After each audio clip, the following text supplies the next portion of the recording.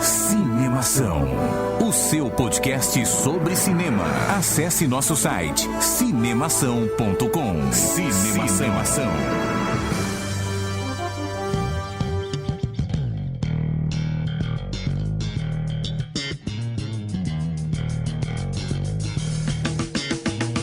Seja bem-vindo ao podcast Cinemação número 64. Eu sou Rafael Arinelli e a Katniss tá pegando todo mundo. Achei que você ia falar, a Katniss tá pegando fogo. Aqui é o Henrique Risato e eu não fui preso junto com o pessoal do Mensalão. E aqui é o Daniel Cury e eu sempre me lembro de quem é o verdadeiro inimigo. Quem é o verdadeiro inimigo? Lembre-se de quem é o verdadeiro inimigo. Gordura trans. O pessoal do Mensalão.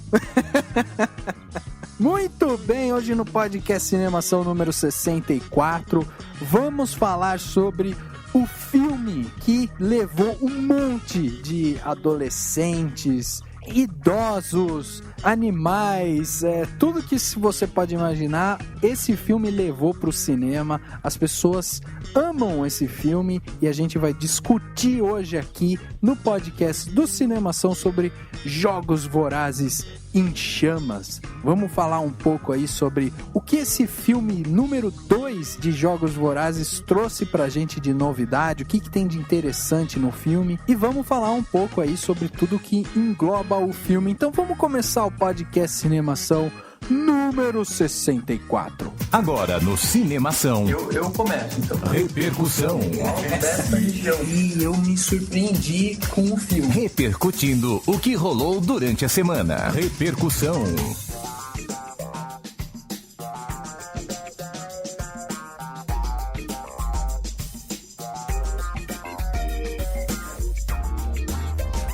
Comentários hoje no podcast Cinemação gigantescos, hein? A gente tem um comentário melhor do que o outro aqui pra gente ler pra vocês, pra gente falar. E antes, o Dani precisa lembrar todo mundo, como sempre, né, Dani? As pessoas às vezes esquecem, sabe como é que é a semana, né? O cara vai lá, vai pro trabalho, trabalha, aí chega em casa cansado, daí a mulher quer conversar sobre a vida e tal, daí ele quer escutar um pouco do podcast, esquece como que faz. Pô, entrei ali, vi o Cinemação, ele me ajuda a ficar relaxado, a ter as notícias do cinema e tal. Aí ele esquece como é que faz para entrar em contato com a gente. E hoje você tá aqui especialmente para ajudar a lembrá-los. Primeiro que se você entrar no site cinemação.com, você vai ter um link para um monte de rede social, você vai ter como comentar embaixo de todas as notícias, de todos os textos, de todos os podcasts. Se você preferir entrar direto, por exemplo, na página do Facebook, é só ir para facebook.com/cinemação. Se você preferir ir direto pro Twitter, é twitter.com/cinemação ou procurar no @cinemação. Se você preferir o Instagram direto, entra no instagram.com/cinemação ou no @cinemação e veja as nossas fotos e comente lá e, enfim, dê o seu parecer sobre o que você quiser e sobre o que você achar que é importante comentar. Quem preferir pode mandar um e-mail para contato@cinemação.com que a gente recebe e a gente lê aqui no podcast, a gente responde, a gente, enfim, faz o que for necessário para atender a sua demanda, se assim nos for possível. Muito bem, um monte de e-mail de contato aí para você conversar com a gente e não se perca, né, pelo monte de rede social que a gente oferece. É como o Dani falou, primordialmente você precisa entrar no cinemação.com e lá você vai conseguir ver todas as redes sociais que a gente oferece, vai poder se conectar com aquela que melhor lhe convém. E aí os comentários aqui, eu vou começar lendo o comentário que eu tenho, porque por coincidência vai ser exatamente do mesmo podcast que o Henrique vai ler o dele. Eu acho que vai ser legal então a gente falar um pouco sobre esse podcast. É o seguinte, eu tenho um comentário aqui que é do Thiago Miro, ele escreveu no podcast Cinemação número 56, que a gente falou sobre universos paralelos, que por sinal foi muito legal também, né? A gente falou sobre os diversos universos que o cinema nos traz aí. E o Thiago Miro falou o seguinte: muito bom podcast. Pessoal, gosto muito de ouvir pessoas que gostam e entendem de cinema, mas sem serem pedantes, sem linguajar extremamente rebuscado. Parabéns pelo trabalho. Sigo daqui pra frente, mas retornarei para ouvir antigos que me atraiam. Olha só, ganhamos um ouvinte. Viu que só que maravilha? Eu acho que foi toda a nossa simpatia e inteligência. Quer dizer que eu nem atrapalhei tanto o andamento do podcast. Você só atrapalha às vezes, mas aí, nesse caso, no Universo Paralelos, você não atrapalhou quase nada, eu acho. E aí, Henrique, você tem um comentário aí também do podcast sobre universos paralelos, e eu queria que você lesse aí um comentário bem legal que foi o Antônio Dias que mandou, não é isso? Exatamente. O Antônio Dias, para quem não sabe, é colunista aqui do Cinemação, e ele participou do podcast conosco sobre o filme do Thor. Esse comentário vale a pena a gente comentar antes de eu lê-lo. É que assim, ele é bem grandão, mas o interessante é que ele é quase um artigo mesmo sobre o tema. Então vale a pena aí a galera prestar bem atenção, e depois eu, o Rafa e o Dani, a gente faz uns comentáriozinhos, uns apontamentos. Vamos lá. O Antônio começou assim: uma coisa interessante sobre os mundos paralelos, principalmente sobre os futuros alternativos, ao contrário do que podemos pensar, a data é uma coisa importante. Acreditar que em 1997 haveria uma guerra atômica, como mencionado no Exterminador do Futuro, ou que no mesmo ano haveria uma terceira guerra mundial, como o seriado clássico de Jornada nas Estrelas uma vez previu, e até mesmo dizer que em 2015 teríamos skates voadores, como em De Volta para o Futuro, é uma forma que o autor tem de expressar as próprias experiências e as próprias ansiedades sobre o que ocorreu até aquele momento e sobre o que poderá ocorrer no futuro. Se avaliarmos bem a história humana, no período da Segunda Guerra e os avanços tecnológicos foram, de certa forma, assustadores. Entre as décadas de 50 e 70, em um espaço de 30 anos, os avanços biológicos e de engenharia mecânica também foram impressionantes. Nada mais lógico que um autor, durante a década de 80, imaginar que em 25, 30 anos, chegaremos ao ponto em que mostraram no cinema, na TV e em outras mídias. Ou seja, era o raciocínio lógico daquela época.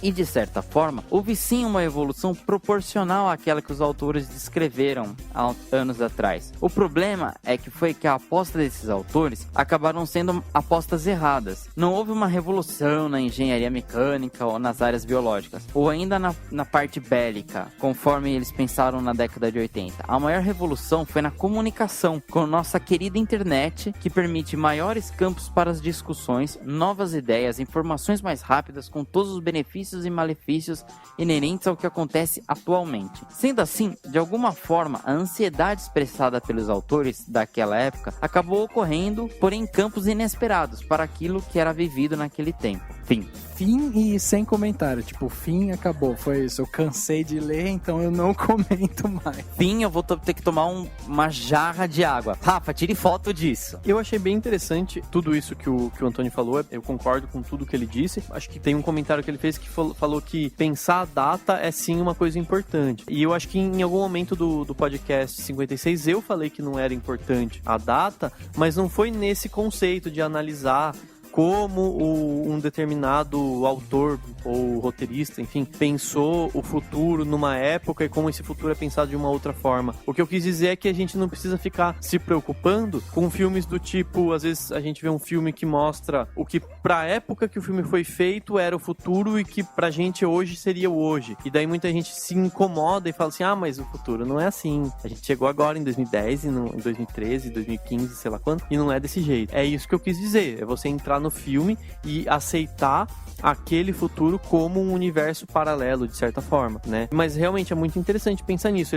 As pessoas previam ou imaginavam que no futuro teria guerra, teria, sei lá, algum tipo de vírus que mataria um monte de gente. No fim das contas, ninguém imaginou que o mundo seria realmente com essa comunicação, né? Com rede social derrubando o ditador no norte da África, etc. Então, tem toda uma pegada muito interessante de pensar, né? Só a gente pensar que se a gente for comparar as inovações que a gente teve nos últimos 5 anos, com as inovações que, como o Antônio Dias falou, das décadas de 50 até 70, a gente tem aí nos últimos 5 anos mais inovação do que, 20 anos de história como 50 e 70. E isso é impressionante, assim, porque mostra o quanto o homem ele é capaz de criar coisa nova, né? A própria mídia, tipo, se você for parar pra pensar agora, a gente tá falando em um podcast pela internet, a gente tem ouvintes, tem um site e tal. Tipo, tudo isso era um mercado que, há 10 anos atrás não existia. Simplesmente não existia. Não tinha isso, né? Talvez 10 anos seja pouco tempo, mas 20 anos atrás, não existia.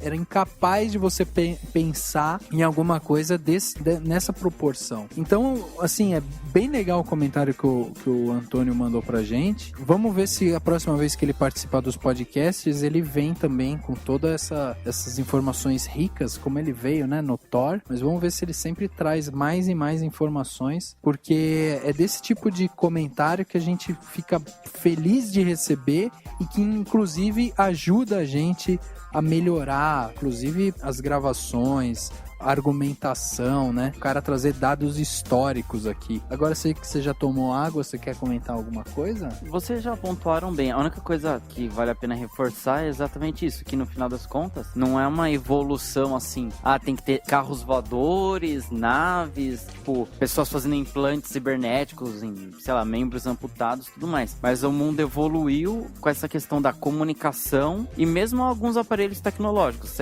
o GPS virar algo para todo mundo, ou o Skype em celular. Tipo, hoje você consegue ver uma pessoa no Japão, conversar com ela ao vivo. Tipo, isso era coisas de Jornada nas Estrelas, né? Era o comunicador. E hoje já existe e é muito mais fácil você ver uma criancinha de 2 anos brincando com um iPad do que, brincando com um bonequinho. Eu tenho aqui o comentário do Tadeu Elias, que ele comentou num post chamado 2013 nem acabou e o cinema brasileiro já mandou muito bem. Que foi um post que eu escrevi sobre alguns dados que eu encontrei sobre o cinema brasileiro, né? Ele foi muito bem nesse ano de 2013. Ele vai chegar no final do ano com um grande recorde de lançamentos e tudo mais. E aí o Tadeu Elias comentou o seguinte: fico muito feliz por isso, porque não foi só o número de filmes lançados que ganharam destaque esse ano, mas também a qualidade de muitos que estão nesse meio. Se continuarem investindo, em breve o cinema nacional vai atingir um patamar muito maior. Eu achei muito interessante. Eu até entendo o que o Tadeu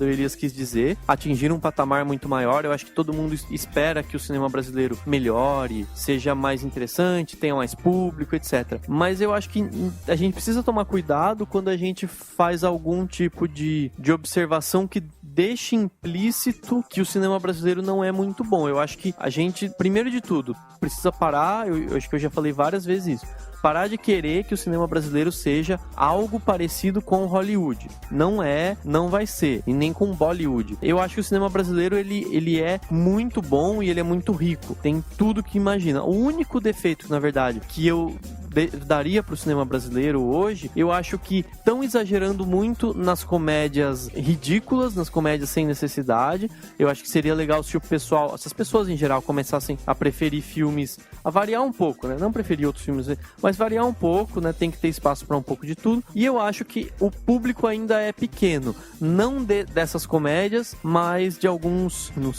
filmes que acabam indo só para festivais, só para mostras e acabam não invadindo tanto o cinema comercial.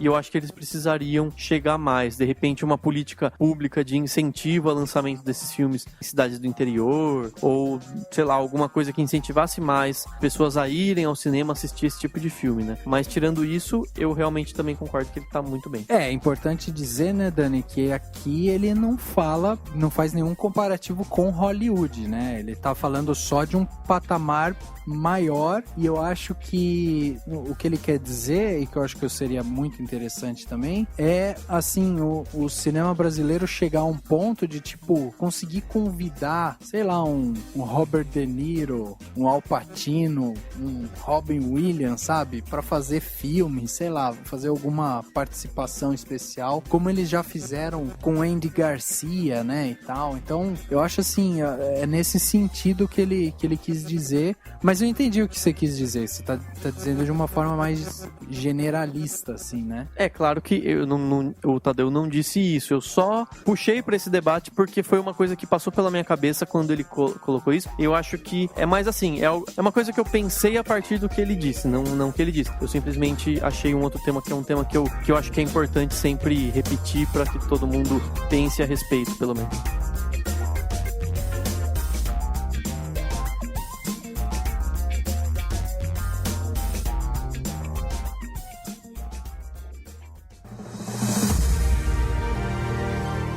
Very hard in the games, Miss Everdeen. But they were games. Would you like to be in a real war? Imagine thousands of your people dead. Your loved ones gone. What do I need to do? This is the 75th year of the Hunger Games. The tributes are to be reaped from the existing pool of victors.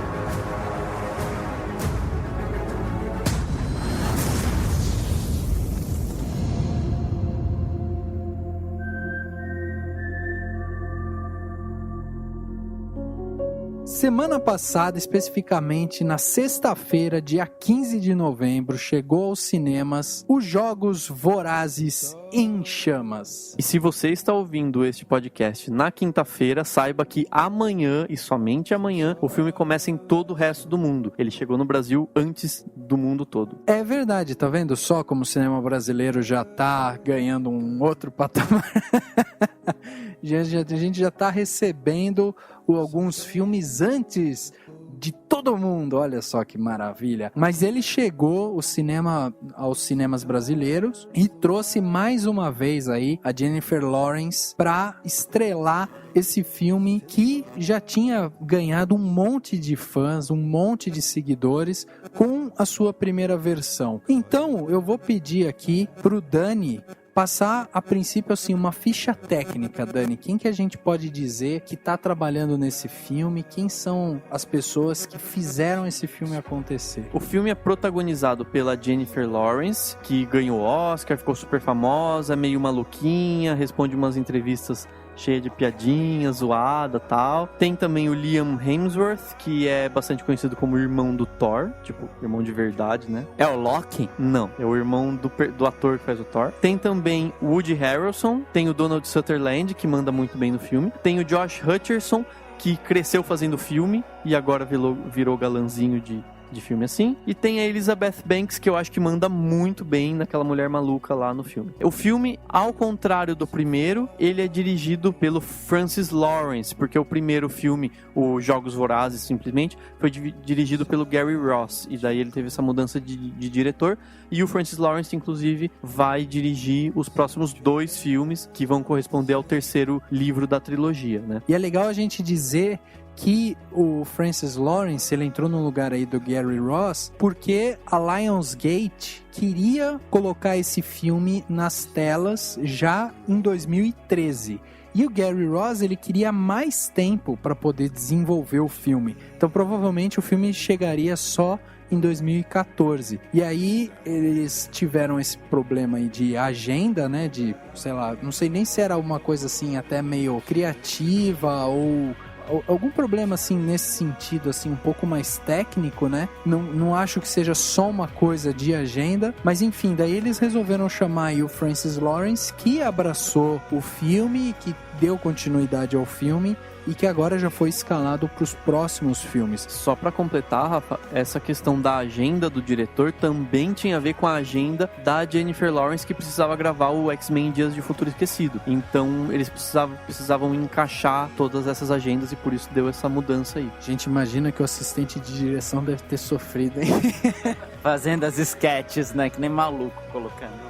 Outros atores legais também que o Dani não falou foi o Philip Seymour Hoffman, o Stanley Tucci, que é tipo aquele apresentador maluco que é bizarro, que é o Caesar, e o Lenny Kravitz, cara. É verdade, olha aí, esses três faltou mesmo, hein, Dani, na sua ficha técnica. Também é legal a gente dizer que Jogos Vorazes em Chamas, ele é o segundo filme da série, e a gente tem aí o primeiro filme, que é justamente os Jogos Vorazes, e agora ele vai continuar com Jogos Vorazes A Esperança parte 1 e Jogos Vorazes A Esperança parte 2.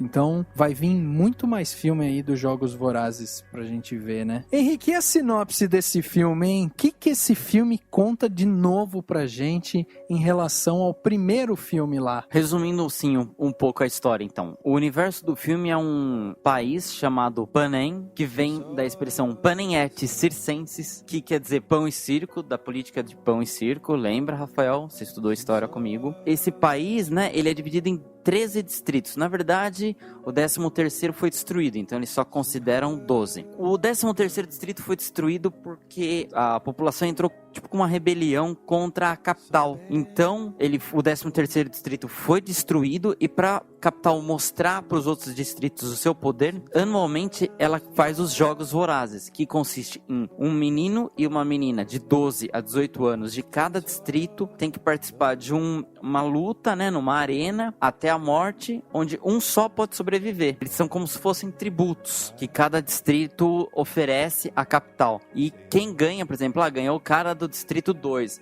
Aí o distrito 2 tem prosperidade durante esse ano inteiro. Você falou tributo, mas é praticamente um ato de sacrifício, assim, né? Exatamente, é pra capital mostrar que, assim, vocês são apenas peões, vocês não passam de entretenimento para nós. Aí, a história do primeiro filme é que uma garota chamada Katniss Everdeen e um garoto chamado Peeta Mellark, eles são os escolhidos da edição número 74, e eles participam dos jogos, eles representam o distrito 12, que é o distrito mais pobre de Panem, e no final do filme eles acabam, só sobram os dois e falam, ou nós dois vamos ganhar, ou nós dois vamos nos matar. Eles estavam com uma fruta que era venenosa, então eles acabam ganhando, o jogo acaba e eles são sagrados campeões. Os Jogos Vorazes em Chamas, ele acontece no ano seguinte, em que os dois personagens principais, eles estão percorrendo todos os distritos, tipo como se fosse assim, é a turnê dos campeões que eles falam, é pra elevar a moral dos outros distritos. Nossa, os campeões estão vindo aqui e tal, tipo.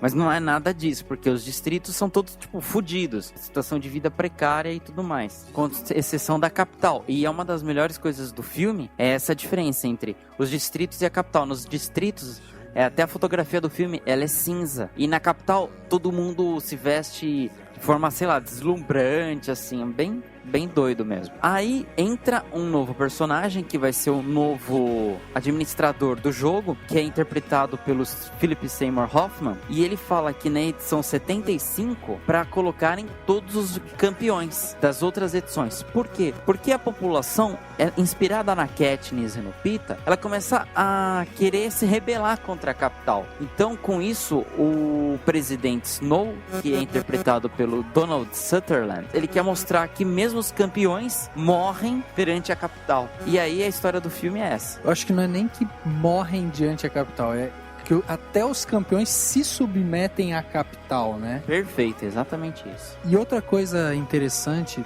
nesse filme, que eu acho que assim, a gente pode ressaltar bem, é o senso de urgência, né, Dani? A gente tem aí um filme que ele começa e ele termina com um senso de urgência o filme inteiro, o tempo todo.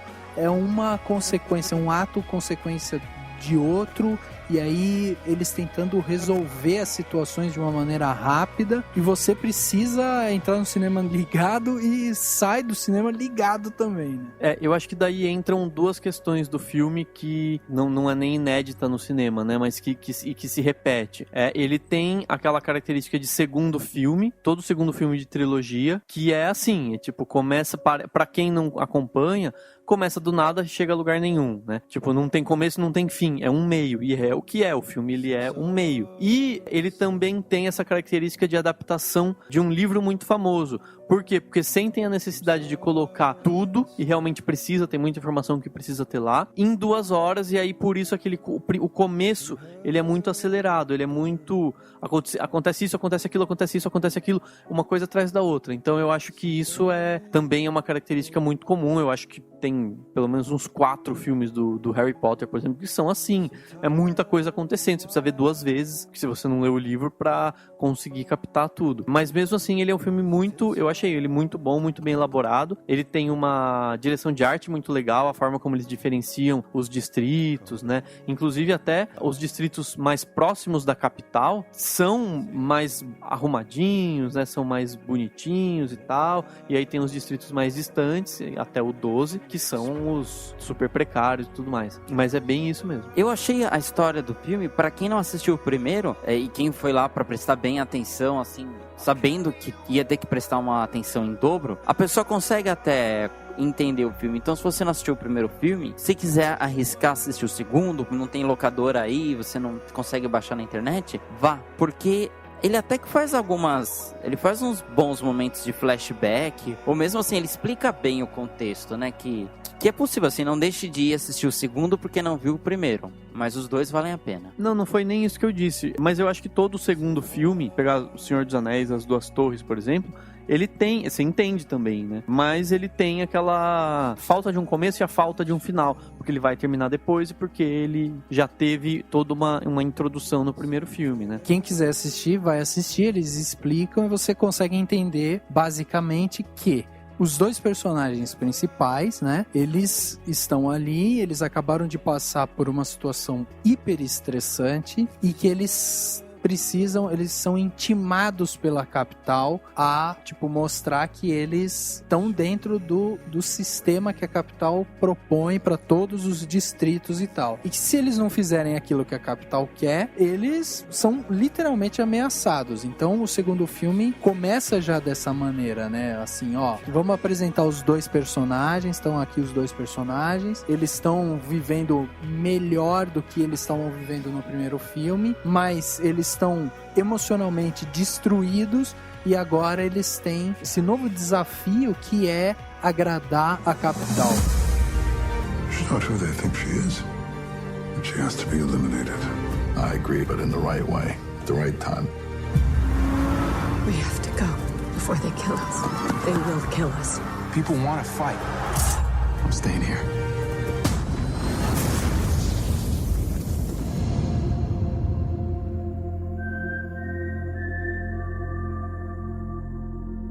Vamos lembrar bem para todo mundo que está ouvindo que a partir de agora, como a gente vai falar do filme, né? Vamos sim dar um monte de spoiler, vamos falar um monte de coisas que o filme oferece. Então, a gente vai dar 1 minutinho aí para você desligar e guardar o podcast na pastinha Podcast Cinemação, para daí você assistir depois disso. Então, respira.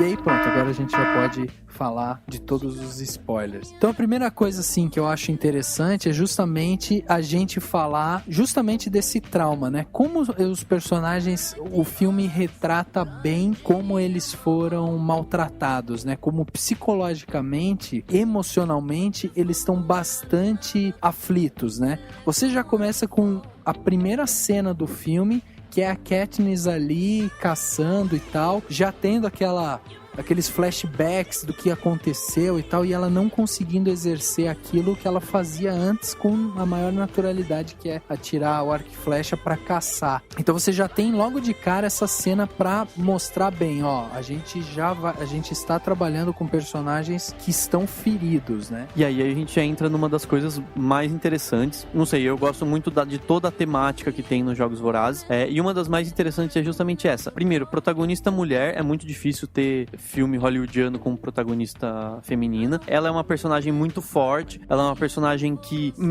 enfrenta todas essas dificuldades, mas ao mesmo tempo ela consegue se colocar, ela consegue lutar pelo que ela quer, ela tem toda uma ética que ela quer seguir, ela se sente mal por ter matado algumas pessoas, apesar de fazer isso. Mas aí eu acho que quando chega no final, nos Jogos Vorazes dessa edição nova, do filme novo, ela já meio que aceita essa jornada. A gente até falou no podcast passado sobre a jornada do herói, né? Ela, querendo ou não, ela tem ainda nesse filme talvez uma repetição do que seria a jornada do herói, porque ela nega de novo que tem que participar novamente dos Jogos Vorazes, e depois ela aceita, e ela se aceita como uma figura importante para tentar quebrar o presidente, ou para tentar derrotar esse sistema com o qual ela não concorda, mas ela faz parte e tá dentro dele, e quase como numa armadilha, né? Porque ela entrou, foi abocanhada pelo sistema, né? Então isso é muito interessante. E mais interessante ainda, na minha opinião, tematicamente, eu acho que isso é muito legal para discutir coisas que estão na sociedade hoje, forma como a sociedade trata as mulheres e tudo mais. Por quê? Porque no filme ela tem um relacionamento quase que com 2 homens, praticamente. É diferente, existem explicações, porque com o Pita ela talvez não goste tanto, mas ela tem um certo carinho, mas ela se deixa levar por ele gosta dela. E aí eu aproveito para fazer um elogio. Eu acho muito legal a forma como o Josh Hutcherson pegou esse personagem do Pita Mellark, porque ele é um cara que ele tem a força dele, ele é independente à sua maneira, mas ele respeita muito a Katniss e o sentimento dela. Isso num filme hollywoodiano que tá acostumado com o machismo do tipo, o cara decide tudo e a mulher é só um peãozinho lá que tá se mexendo, isso eu acho que é muito legal e é muito interessante que tenha essa mudança. Agora, falando dessa parte do sistema que você falou, eu acho que uma das características desse filme é que ele explora muito mais, né, a crueldade do sistema, né? Eu acho que ele já tinha isso no primeiro filme, mas nesse segundo filme ele deixa nítido pra você, assim, ó, olha que sistema bosta que essas pessoas vivem, olha como as classes sociais são totalmente distintas, assim, ele joga de uma forma muito mais explícita isso, né, nesse filme. E, é muito louco, eu tava pensando nisso quando o Henrique tava começando a contar sobre esses distritos e falar da história do filme, eu pensei assim, nossa, que absurdo, né, eles pegam pessoas pra matar as outras, pra criar um herói e manter esses distritos numa ordem, e as pessoas não podem viajar de um pro outro, de um distrito pro outro, ficam confinadas praticamente e são colocadas numa determinada classe social. E aí eu comecei a pensar, que maluco que é? É como se toda a franquia Jogos Vorazes e os livros, eu não li os livros, mas eu imagino que eles explorem isso e expliquem muito melhor. Na verdade é tipo uma sátira, como se pegasse a nossa sociedade mesmo e exagerasse. De certa forma, a gente tem pessoas se matando, né, metaforicamente falando, em reality shows, em um sistema que é pra todo mundo ver, essa coisa da celebridade e tudo mais. E a gente tem uma sociedade de classes em que é muito... Estou falando num âmbito mundial mesmo, que é muito difícil você mudar, né? É como se cada distrito fosse um país, então é muito difícil você fazer com que, sei lá, um país na África chegue ao patamar de um país europeu. É quase impossível na situação em que a gente vive hoje. Então é muito legal, ele é quase que um espelho exagerado da nossa sociedade, e eu espero que as pessoas comecem a pensar um pouco nas questões que ele traz, assim, como ele é exagerado e como ele mostra um sistema. Talvez a gente não tenha um presidente que obrigue uma celebridade ou uma vencedora de reality show a namorar um cara e a ser vinculada, mas a gente tem todo um processo de sistema que faz com que isso aconteça de uma forma menos exagerada quanto nos Jogos Vorazes, mas ainda assim aconteça. Isso é muito legal. Uma coisa que é interessante começar a falar da história pelos personagens, né, do filme. O meu personagem, assim, o que eu... agora é da hora que vai aparecer esse personagem. Era o Haymitch, que é interpretado pelo Woody Harrelson. E você, Rafa, quem que você curtiu? Eu curti a Joanna também, que é a personagem nova, a gente já vai falar dela. Então, cara, pra mim não tem um personagem específico, assim, porque eu acho que eles meio que se complementam, né? Você tem papéis muito específicos. Eu acho que essa é outra característica desse filme, né? Eles separarem, aqui tá os protagonistas, você tem a mocinha, você tem o vilão, você tem as pessoas que ajudam a mocinha, aí tem o cara que ajuda a mocinha, que é o meio destrambelhado, que daí é o Haymitch, e você, assim, eles tentam deixar bem caricato, né, esses personagens, assim, mesmo o Gale, que é o par romântico dela, né? É um par romântico... Aliás, os dois... Olha só que interessante. Os dois pares românticos dela, eles têm uma linha em comum muito próxima, né? Porque é isso que o Dani tava falando. Se o Pita é um cara que...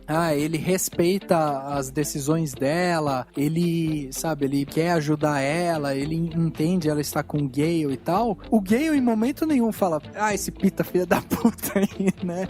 Ele também respeita, ele também mantém lá a posição dele, ele cria sim ele tem um certo ciúmes do Pita, mas não é uma coisa do tipo, vou malhar esse cara a próxima vez que eu ver ele, né? Uma coisa bem, assim, são personagens muito bem colocados, assim, não acho, quando eu falo muito bem colocados, não é que eles foram muito bem construídos, porque eu acho, inclusive, que tem algumas falhas em construção de personagem, inclusive do Haymitch, assim, o Haymitch pra mim é um personagem muito, muito interessante, mas eu queria ver um pouco mais da história do Haymitch, sabe? Queria entender melhor a função dele ali, e eu acho que isso não é tão explorado, mas em termos de... eles são bem colocados em termos de personalidade mesmo, sabe? E aí eu vou começar a dar uns spoilers bem fortes agora, assim. Primeiro, eu acho muito legal que o Haymitch é o único personagem a protagonizar alguma cena engraçada, algum resquício de humor que colocaram. Porque o filme inteiro ele é muito tenso, né? Ele é muito, como você disse, Rafa, muito com senso de urgência, muito obscuro, muito dramático, né? Muito forte. E outra coisa que eu achei muito legal é a forma como o roteiro trabalha com algumas dicas muito sutis mesmo, eu não acho que elas sejam exageradas, de como o Haymitch tava, como a gente percebe no final, ele tava meio que tentando encontrar formas de quebrar esse sistema, de, sei lá, de repente tirar o presidente Snow, enfim, ir contra esse sistema. Então tem vários, por exemplo, quando a Katniss está subindo pro Jogos Vorazes, lá pro lugar, o Cina, né, o personagem do Lenny Kravitz, ele é atacado, e a gente fica assim, por que estão atacando esse cara? Tipo, o que ele fez? Então, quer dizer, tá tudo meio que, eu imagino que ou no livro, ou talvez até nos próximos filmes, eles expliquem um pouco melhor, né? Então ele é atacado, aí tem aquela pulseira, aí tem as pessoas que falam umas coisas, é muito legal como no final as coisas realmente se encaixam bem, né? You understand that whatever I do, it comes back to you and Mom. I don't want you to get hurt. Since the last games, something's different. I can see it. What can you see?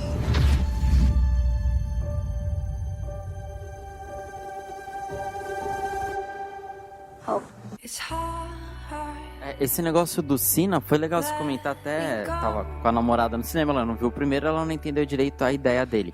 Por que em chamas? Porque no primeiro filme, o personagem que é o Cina, que é o Lenny Kravitz, que interpreta, ele é o estilista do pessoal lá do Distrito 12. E ele criou uma roupa que tinha tipo um óleo, e daí quando eles são apresentados no primeiro filme, a Katniss e o Pita, a roupa tá pegando fogo. E aí no segundo filme, quando eles aparecem no programa de televisão lá, que é o Caesar que tá apresentando tudo mais, a Katniss aparece, o vestido lá, ela gira e ele pega fogo.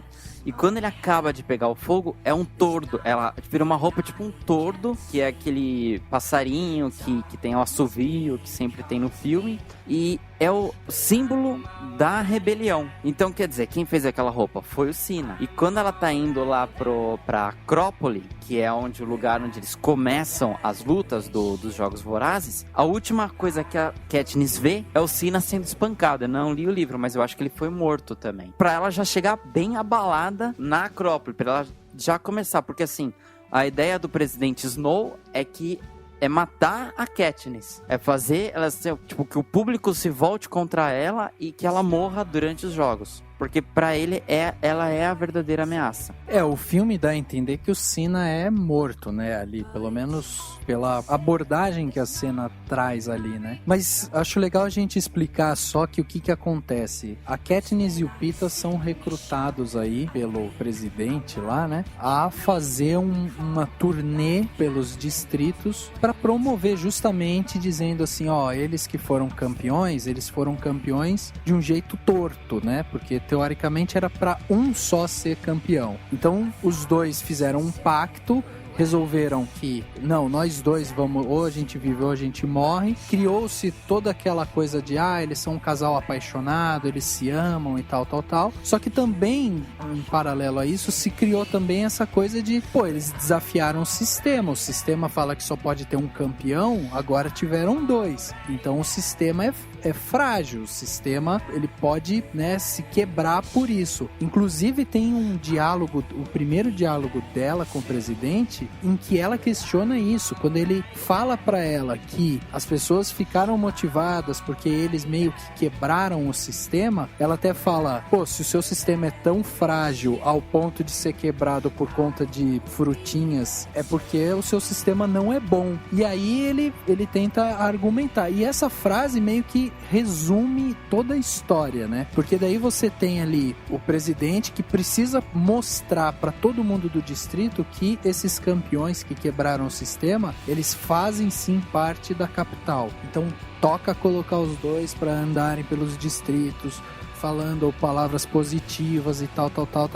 Só que não convence ele. Então o que o cara fala? Não, já que não me convenceu, vamos criar aqui um mecanismo onde a gente vai colocar os últimos campeões dos jogos juntos. A gente vai fazer uma edição especial desses jogos e agora sim vai sair apenas um vencedor e não vai ter conversa. E aí é um jeito que ele tem de justamente abater esses dois campeões que quebraram o sistema. Então esse é o tom do filme, né? Eu acho que isso que é importante a gente deixar claro. E o legal é que assim, quando são convocados os campeões dos 12 distritos, falam que no dia da colheita é pra todos os campeões, independente da idade, independente da saúde. Tanto é que no distrito do Finnick, que é o mocinho loiro que ele acaba se aliando a Katniss e ao Peeta, no distrito dele seria ele e a garota que ele ama, que é a Annie. Só que ela ficou louca porque nos jogos que ela participou e ela foi campeã, provavelmente ela matou amigos, matou crianças e tal, ela ficou problemática. E quem entra no lugar dela é a Mags, que é uma senhora idosa, é a mais velha de todos os campeões. E no Distrito 12, os únicos campeões que existem é a Katniss, o Peeta e o próprio Haymitch. E uma das coisas que eu acho interessante é que o personagem, ele é meio alcoólatra, e você vê que ele teve uma vida que ele deve ter ganho os Jogos Vorazes, no máximo até quando ele tinha 18 anos, e no filme ele tem uns 40 e poucos. E você vê como o cara ficou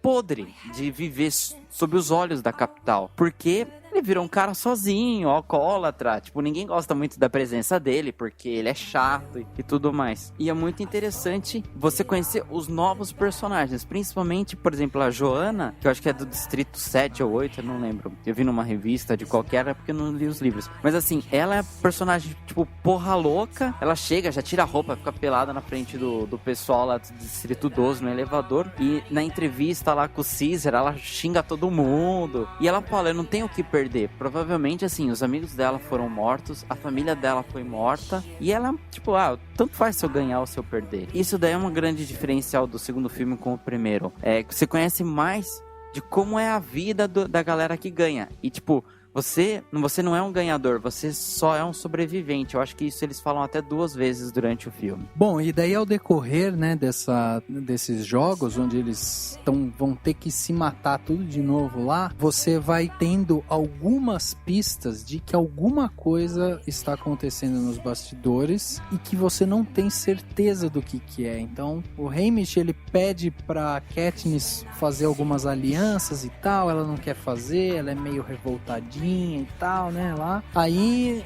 pede pra ele fazer. Quando começam os jogos, ela acaba descobrindo que ele fechou algumas alianças meio sem ela saber. Ali você já tem uma ideia de que tem alguma coisa errada, né?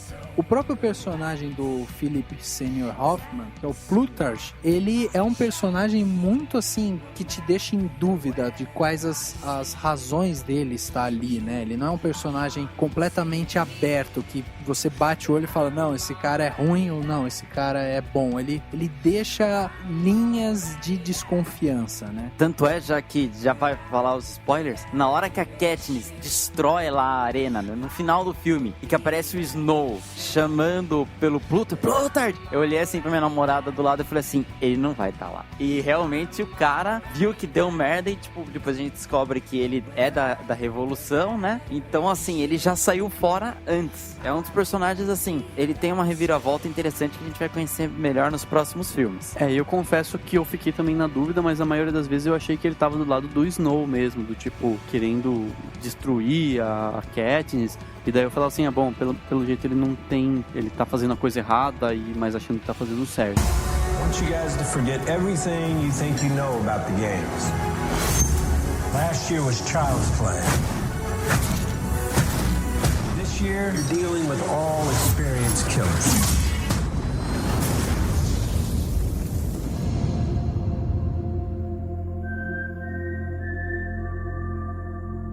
Eu achei que ficou confuso assim, em que momento isso acontece a cada 25 anos, ou se eles criaram isso naquele momento só pra recuperar esses campeões, pra fazer o que eles queriam com a Katniss, ou se eles usaram essa regra pra tentar reverter pra situação deles, no caso, pensando que o Plutarch estivesse do lado do Snow, né, que ele que teve a ideia, ou... Enfim, eu achei que isso foi um pouco mal explicado. E também achei um pouco fraco aceitar que o cara ganhou os Jogos Vorazes, já que é uma coisa tão cruel assim, como que ganhou um cara meio nerd que simplesmente sabia fazer coisas elétricas e tal, ou enfim, outras pessoas lá. Eu achei que isso também foi um pouco falho, não sei se no livro explica melhor, mas no filme eu achei que isso ficou meio confuso. E aí entra um outro ponto que eu achei meio nada a ver. Eles fizeram um alarde do tipo, se você acha que os jogos anteriores foram bacaninhas, bababá, se você acha que isso, agora você vai ver como isso que vai ser uma batalha totalmente sangrenta, porque as pessoas vão...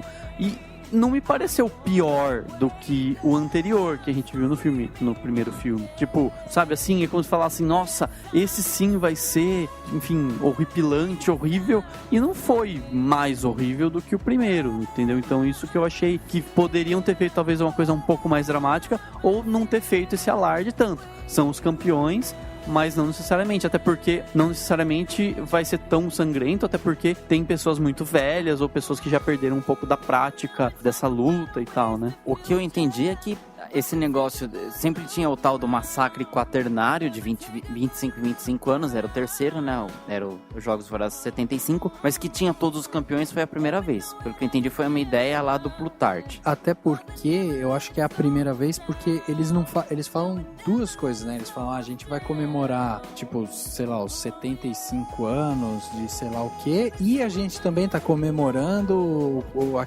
5ª edição do massacre de sei lá o quê. E aí, pra comemorar essas duas coisas juntas, a gente vai fazer um negócio inédito. Eles falam isso quando eles vão anunciar, né, os novos jogos. Na verdade, as duas coisas são 75 anos, que é do massacre da rebelião lá do 13º distrito. Outra coisa que o Daniel disse que tinha dúvida. Daniel falou que tinha dúvida de um monte de coisa. Mas eu só queria dizer o seguinte, Dani, eu acho que a motivação principal deles para criar esse negócio foi justamente isso, foi justamente entender que todos os distritos, eles viram uma falha no sistema, eles viram que o sistema não era tão rígido, né? Porque como que deixaram duas pessoas tomar uma decisão ali sozinhas, aquilo ser transmitido para todos os distritos e a capital não faz nada em relação àquilo ali. Então, não, a capital precisa fazer alguma coisa. E eles batem muito nessa tecla no filme falando, agora existe uma coisa que é a esperança. A gente tem um pouco de esperança porque a gente tá vendo que, por mais que a capital seja cruel, ela tem falhas, né? Mas ainda assim, Rafa, eu entendo o que você disse, eu entendo o propósito de terem feito isso no filme. Mas pensa, se o Massacre Quaternário não tinha antes, os anteriores não tinham todos os campeões, que diferença tinha esse Massacre Quaternário de todos os Jogos Vorazes que tinha todos os anos? A pergunta não é referente à motivação, a pergunta é referente, tipo, à regra do jogo, entendeu? Tudo bem, de uma certa forma, se a gente pensar que ele faz uma referência a reality show, e reality show, os reality shows que a gente conhece tem, tipo, regras. Mudamos a regra, agora em vez de você indicar quem sai, você indica quem fica.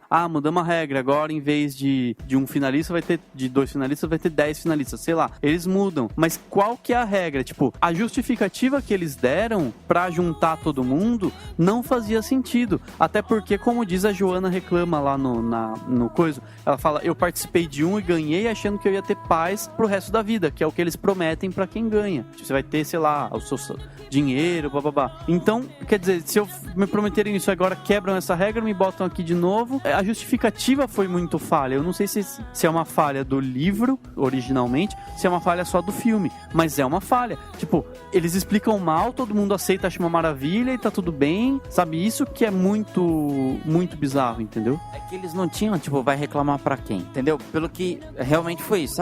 Nunca teve esse negócio de ter uns Jogos Vorazes só com campeões. O Plutarch deu a ideia. Por que ele deu a ideia? Porque ele queria juntar um monte de campeões pra ele ter mais aliados, porque o Plutarch, ele era do bem, no final das contas, ele era do bem. Pra juntar gente, tipo, fudido mesmo, caras campeões, pra ajudar a Katniss. Mas aí que é o problema. Tipo, então o que teve nos Massacres Quaternários anteriores? A mesma coisa que todos os Jogos Vorazes, eles só mudavam o nome, será? Provável, cara, mas isso não explica no filme, talvez tenha nos livros. Como muita coisa, tipo, de Harry Potter não teve negócio lá do Sindicato dos Elfos, ou o Tom Bombadil no Senhor dos Anéis. Tem coisas dos livros que eles omitem. Talvez essa informação do primeiro Massacre Quaternário, que seria aos 25 anos, e do segundo aos 50, talvez tenham tido alguma coisa. No segundo livro, talvez tenha explicado isso daí pro nosso ouvinte que lê os livros falar pra gente. Bom, beleza. E daí só pra reiterar, que talvez vocês não tenham lembrado, tipo, a outra falha que eu vi foi, falam que só vai ter gente fodona, e eu não achei que essa edição dos Jogos Vorazes foi mais sangrenta ou mais violenta do que a anterior. Então isso que eu acho, talvez eles devessem ter feito algo realmente mais sangrento, mais violento, alguma coisa que você fala assim, meu Deus, os caras vão morrer, tipo, essa Katniss vai morrer mesmo. E eu achei que isso foi um pouco falho, tipo,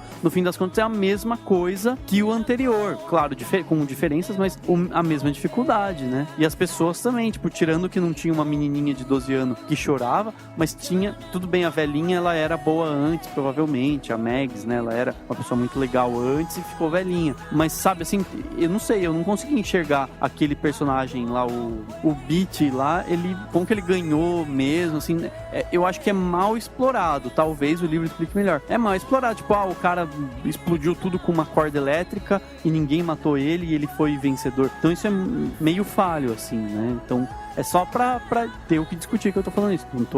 Eu gostei muito do filme, mas eu acho que ele tem essas falhas. A única coisa que tem que pensar assim, que os desafios eram mortais, mas até certa forma o Plutarch tava controlando, não era pro público ser enganado. Ele queria enganar o Snow, porque ele queria reunir. Tanto é que a hora que a Katniss descobre lá a falha, manda flecha com a eletricidade e arrebenta a parte de cima do domo, o Snow começa a gritar, Plutarch, Plutarch, e o cara já fugiu. E ele já tá na nave, indo buscar a Katniss e o Beatty, e o Gale já pegou a família, já fugiu e tudo mais. Então, no final das contas, quem ele tava enganando era o presidente Snow, não o resto de Panem. Porque o Plutarch era um cara foda da rebelião, infiltrado, tipo, no segundo posto mais alto de Panem. E o argumento pra isso é um argumento bom, né? Porque, vamos fazer uns jogos e vamos só chamar os campeões, tipo, os caras que tiveram o sangue frio. Então, nesse sentido de serem, assim, os mais fodões, né? A gente chama os campeões, os caras que foram mais sanguinolentos, que ganharam as outras edições, e a gente vai fazer essa menina morrer aí. Essa Katniss vai morrer, ela não adianta, ela vai morrer morrer porque vai lutar contra só os caras que eram bons. O que eu acho que o Snow não viu é que todos os jogos criam, de alguma maneira, um trauma nos vencedores. E que os vencedores não ficam tipo, venci os jogos vorazes e agora eu fico feliz em casa e eu sou super contente com a minha vida. Não, eles ficam putos porque eles matam gente que eles não queriam matar, eles ficam psicologicamente abalados com aquilo. Eles querem que o Snow se foda, entendeu? A Mags ficou muda, o Haymitch virou alcoólatra, a Joanna ficou, tipo, morreu todo mundo da família, das pessoas que ela conhecia, ela ficou, tipo, revoltada a ponto de, tô nem aí pra nada. A única coisa, assim, que o Plutarch, na hora que ele tava, sei lá, sozinho com o Snow, conversando, não tira uma 12, dá um tiro nele e resolve o problema. Any last advice? Stay alive.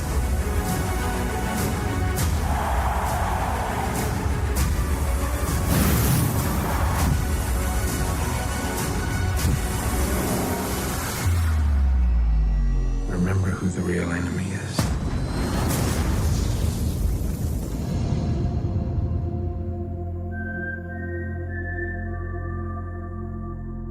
Queria falar algumas coisas aqui antes, que é a seguinte, a primeira é que eu até comentei, eu fui assistir o filme eu e o Daniel, e aí eu até comentei lá que uma das coisas que me incomodam assim na Katniss é que eu gostaria que ela fosse um pouco mais inteligente, assim, mas no sentido de ela bolar também alguns planos, ela ser um pouco mais, vamos dizer, maleável em relação a isso. Eu acho ela muito suscetível às coisas, né? Ela não cria um plano pra tentar acabar com isso, ela fica muito abalada. Pra justificar isso que eu tô falando até, eu vi uma entrevista da Jennifer Lawrence que daí perguntaram pra ela assim, Jennifer, o que você tem de igual ou parecido com a Katniss? E ela falou, eu tenho essa força de vontade, essa coisa de querer, sabe, de fazer pelo bem, de pensar no outro, de ser até um pouco ousada, de não gostar muito dessa coisa do sisteminha, de ser tudo igual e tal. E aí eles falaram, e o que você gostaria que a Katniss tivesse, né? O que falta pra Katniss? E a própria Jennifer Lawrence falou, eu gostaria que os planos partissem dela também, que ela não fosse só personagem principal, mas ela acaba sendo ali um peão, né, dentro da revolução, assim. Vamos usar a Katniss, que virou um símbolo de esperança, pra gente, assim, chegar agora com tudo lá. E ela fica meio por fora, assim, os caras vieram aqui pra me salvar, coisa estranha, não sei o que e tal. E ela fica muito, assim, atormentada lá. Então, esse pra mim, em termos de personagem, é uma das coisas que me incomodam nela, assim. Eu queria que ela fosse, mas, assim, é uma coisa que eu queria. Pra mim não é uma falha de personalidade, sabe? Ela é humana, vamos dizer assim, né? Com aspas nos dedos, como o Henrique fala. É verdade. Ela é assim e acaba sendo assim, o que representa força nela é o fato de ela ser teimosa, de ela ser durona, mas ela não é uma estrategista, né? Então, mas de qualquer forma eu acho que isso é interessante, de uma certa forma, porque isso cria a importância de outros personagens, né? Isso cria a ideia de uma equipe e não de um salvador da pátria. Daí do ponto de vista do espectador mesmo, não das pessoas lá de Panem e tudo mais. Mas do espectador, a gente sabe que ela é a protagonista, mas ela sozinha não mudaria isso, não causaria essa revolução que eles prometem fazer nos próximos filmes. E sim, é parte dessa equipe, é uma peça-chave, mas não a única, né? Então isso é muito interessante. E só pra finalizar, eu acho que o mais interessante de tudo é como tem referência a tudo, assim, da nossa sociedade. Eu acho que eu espero que as pessoas parem pra pensar nisso, como a gente vive numa sociedade desigual, como os Jogos Vorazes representa essa coisa das celebridades. Tem muita celebridade aí que é casada, que namora, fingindo, não porque o presidente Snow obrigou, mas porque existe um sistema que obrigou. Existem reality shows que são controlados o tempo inteiro e servem pra ser o circo, né, entre pão e circo, são o circo da sociedade, que ao fazer isso fecha os olhos para os problemas reais, fecha os olhos para as questões políticas, para os governantes, etc. Então eu acho que é muito interessante e é um pouco paradoxal, porque de certa forma os Jogos Vorazes não deixa de ser parte desse circo do sistema em que a gente vive. A gente vai para se divertir, só que dentro dele existe uma quebra que permite que a gente analise tudo isso e comece a olhar com outros olhos. Então, eu só acho interessante que todo mundo pense em todas as questões que o filme trata e tente levar um pouco mais do que o puro entretenimento, né? Dito tudo isso, Dani, conte para nós qual que é a sua nota para o filme Jogos Vorazes Chamas, né?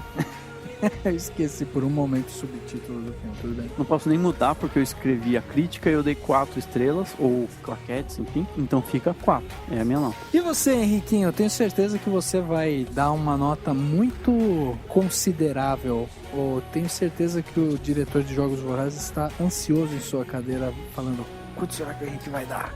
Olha só como é importante. Vou dar 5 claquetes. Eu dei 5 claquetes pro primeiro filme, mas assim, depois de assistir o segundo, eu reduziria a do primeiro, eu colocaria 4 e colocaria o Em Chamas com 5, ou então 5,5, digamos assim, porque realmente foi superior e foi acima das expectativas mesmo o filme, tanto quanto uma aventura, quanto nesse debate político. Muito bom, pra mim o filme fica com 4 claquetes também. Como o Dani falou, tem coisas que realmente não são muito bem explicadas, que devem estar lá no livro, mas eu entendo também como essas coisas sendo, assim, mídias diferentes, então eu acho que eles deveriam realmente tentar justificar um pouco mais, né? E aí, às vezes ficam algumas coisas soltas. Eu acho que essas falhinhas no roteiro, assim, às vezes não se aproximar demais no Hamlet, você entender algumas outras, tentar entender algumas outras coisas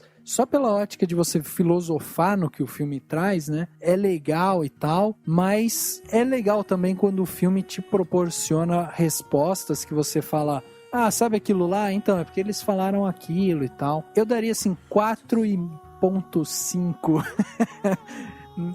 estrelas para esse filme, mas eu acho que vale a pena. Se você tá esperando ele chegar agora no cinema nessa sexta-feira, vai assistir porque realmente tá muito bom. Tudo bem que se você escutou eu falando isso agora, você escutou o podcast inteiro, você já tem todos os spoilers, então você já vai assistir o filme sabendo até o final. Então, enfim, assista o filme.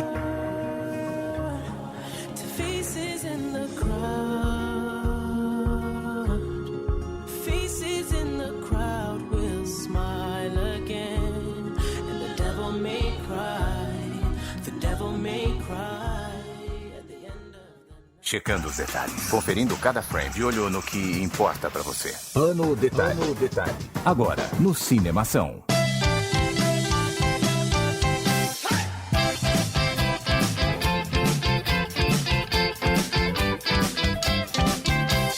Plano Detalhe da semana. Vamos lá, então.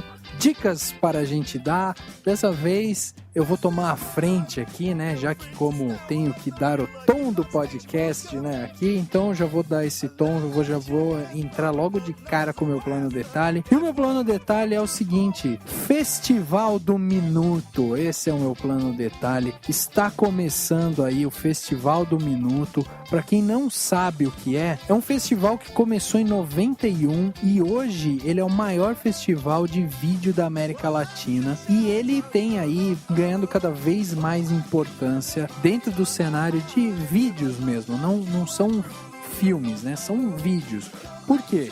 Como o próprio nome diz, a pessoa precisa fazer um vídeo com algum tema. Na verdade, eles dão os temas, né? Geralmente eles dão alguns temas. E aí você monta aquele vídeo de acordo com o tema que eles deram. E o vídeo não pode ter mais que 1 minuto. Então, chegou lá, fez o vídeo, publicou, se cadastra no site festivaldominuto.com.br e você vai poder participar desse festival. Aí vai ganhar prêmio em dinheiro, notoriedade, vai ganhar prêmios como melhor animação, enfim, tem vários tipos de prêmios que eles dão. Para saber o tema, você acessa o site, porque eu não estou encontrando no site. Mas, por exemplo, em outubro desse ano já teve um finalista aí do tema livre. Então você pode concorrer lá no tema principal, no tema que eles dão, ou você pode também escrever seu vídeo de 1 minuto no tema livre. E aí você concorre com outras pessoas que colocaram lá. É bem legal o vídeo. Se você entrar no site, você vai ver que tem vários vídeos simples, tem animação, vídeos filosóficos, tem várias coisas divertidas lá. Então, se você tem uma ideia e você consegue colocar ela no ar em 1 minuto, tá aí um festival para você inscrever seu vídeo. festivaldominuto.com.br. O meu plano detalhe tem a ver com uma atriz que apareceu nos Jogos Vorazes em Chamas, que eu vi na hora, tipo, eu lembrei dela, mas eu não lembrava exatamente de filme dela.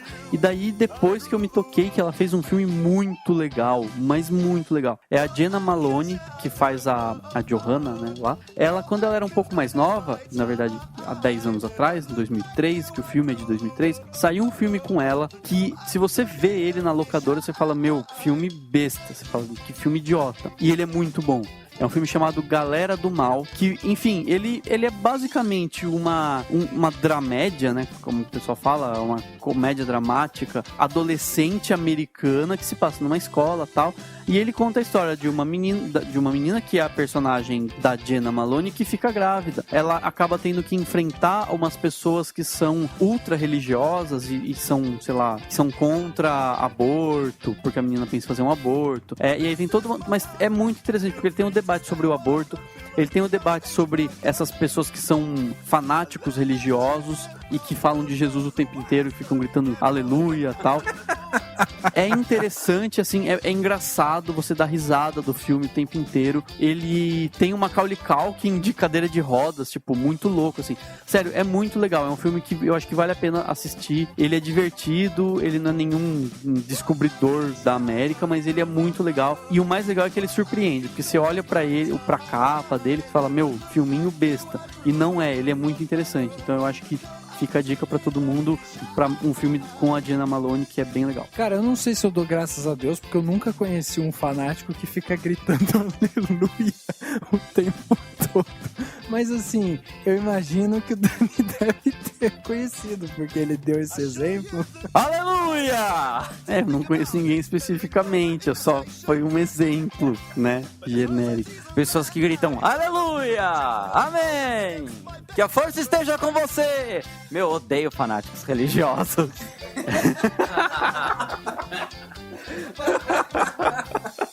Meu plano detalhe é sobre personagens e quadrinhos que eu tomei conhecimento lá na FIC, na Feira Internacional de Quadrinhos, que rolou em Belo Horizonte semana passada. Eu tive o prazer de conhecer o Estevão Ribeiro. Ele é um cartunista de Vitória, lá no Espírito Santo, e ele tem 2 personagens que são 2 passarinhos, um chamado Hector e outro chamado Afonso, e eles são os personagens centrais das tirinhas Os Passarinhos, e assim, são quadrinhos engraçados e inocentes, não tem nada de apelativo, como o próprio Estevão falou pra mim, não vai ter piada lá de xixi e cocô, de peido e arroto, são tirinhas inteligentes e engraçadas, são tirinhas curtas, de 2, 3 quadrinhos. O cara tá mandando tão bem que ele já foi elogiado pelo Paulo Coelho e pelo Neil Gaiman, que é o criador do personagem Sandman, um dos caras mais fodidos do mundo de quadrinhos.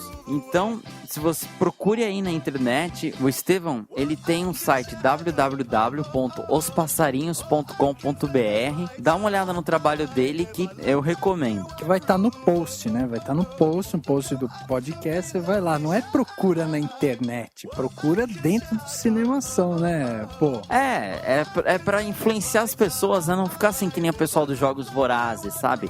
Esperar a informação, é pra você procurar. Mas lógico, aqui no Cinemação a gente tá tudo mastigadinho.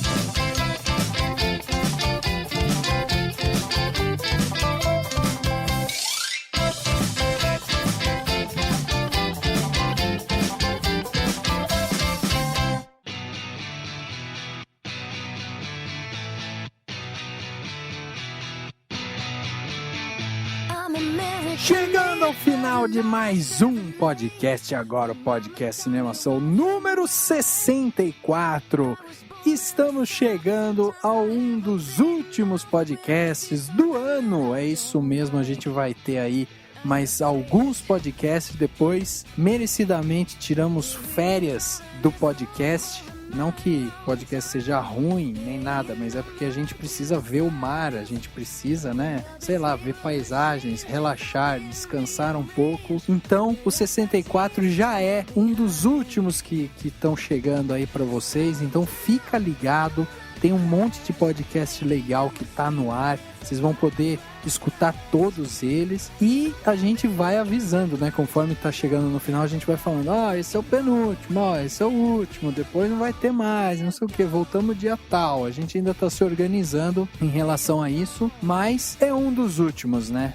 Vocês ficam tristes com isso ou vocês ficam felizes? Eu fico triste, que aqui é muito prazeroso. Eu fico feliz porque a gente vai ter tempo de pensar em coisas novas. Em 2014 trazer um podcast diferente, com novidade. Eu sempre gosto de mudanças. Muito legal. 2014, a gente só vai ficar falando de Copa do Mundo aqui. Filmes de futebol, filme do Pelé, filme do Garrincha, do Zico, aí vai, né? Mas assim, é até legal isso que o Dani falou, porque se você tem uma sugestão, se você tem aí algum comentário para fazer do que você acha que o podcast poderia ter, né? A gente vai elaborar uma pesquisinha, vai colocar isso no ar, vocês vão poder chegar lá, dar a opinião de vocês, falar o que vocês acham e tal. Mas se você já tem alguma ideia e já quiser mandar pra gente, manda para contato@cinemação.com, que a gente vai receber, vai ler com muito carinho. E com certeza, quanto mais as pessoas mandarem, melhor o podcast vai ficando. Então, depende muito mais de você do que da gente, né? Porque a gente tem um monte de ideia.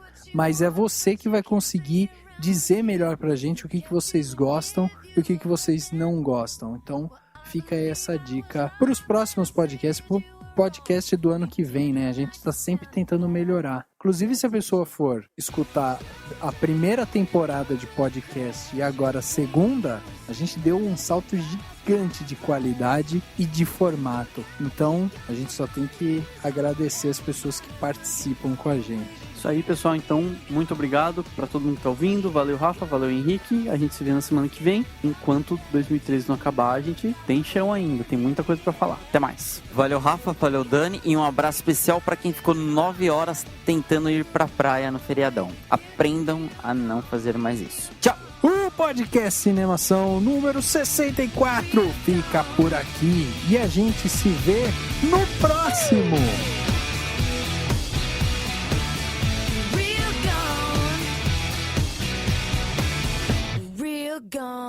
Ação.